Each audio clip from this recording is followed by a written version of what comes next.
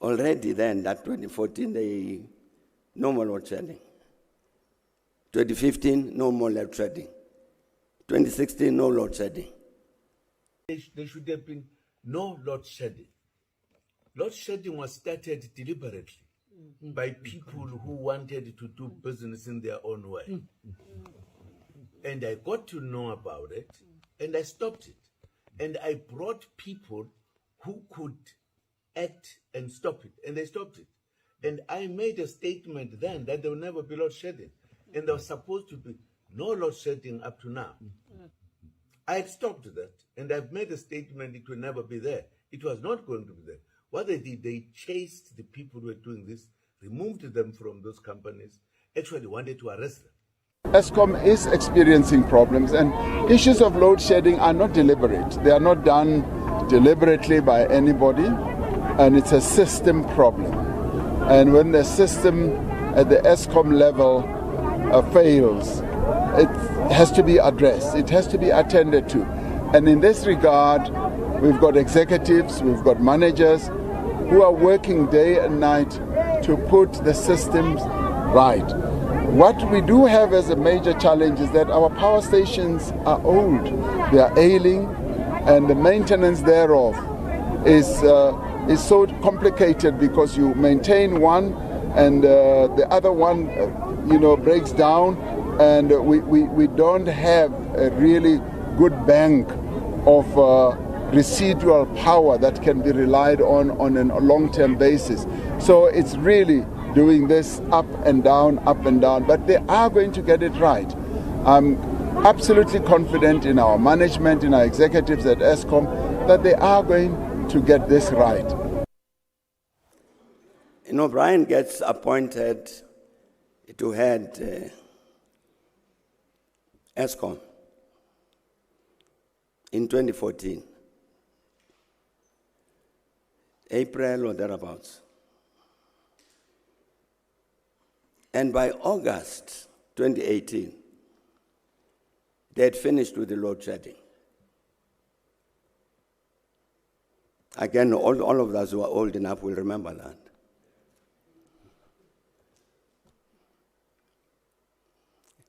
Already then, that 2014, no more load shedding. 2015, no more load shedding. 2016, no load shedding. It comes back towards end of 2017.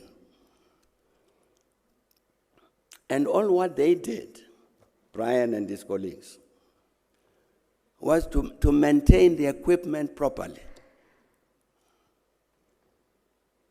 To maintain the equipment properly so that you don't have to have these shutdowns.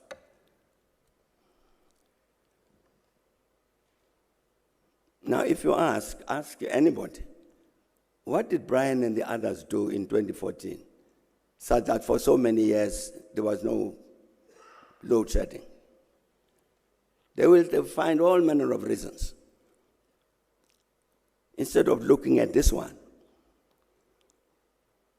to maintain, to repair, to do whatever. And indeed, for so many years, there was no load shedding. He left. After a little while, it came back. So I say,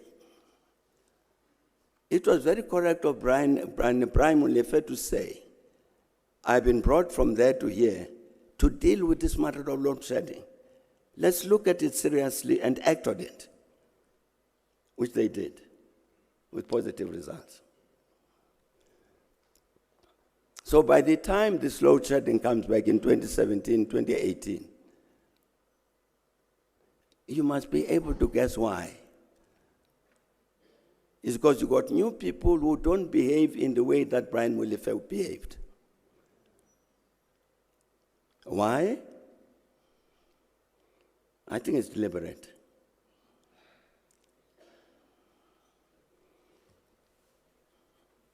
Seven years after Kusile started building the Kusile power station, 7 years after they started, there was not one, whatever you call it, of electricity that was coming from Kusile. After 7 years, nothing. What ESCOM did was to contract an Indian company to come and build Kusile. The company came and built Kusile Unit Number 1 in a much shorter period than was expected. And Kusile Power Unit Number 1, that it is, generating electricity.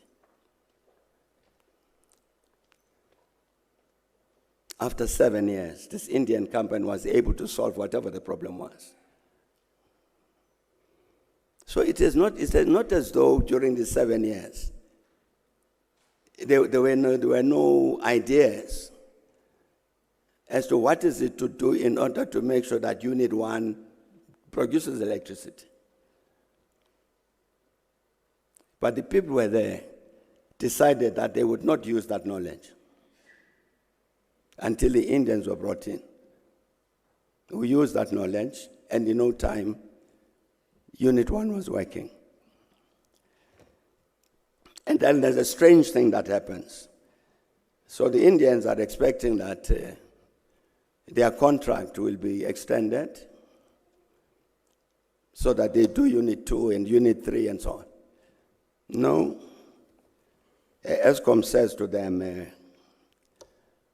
we will extend the contract on condition you get a BEE partner. So,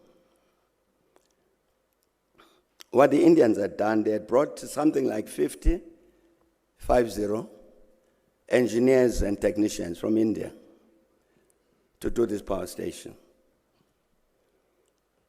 So, of course, they say to ESCOM, we don't understand what you mean by this black economic empowerment. But for instance, if you have some black engineers to join ours, so maybe that. No, we don't have people like that.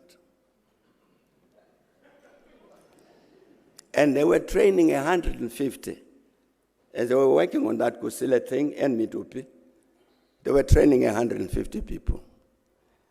But because they couldn't agree on this BEE thing, they terminated the contract of the Indians. So Indians went home. Kusile is still not finished to this day. I'm saying it's deliberate.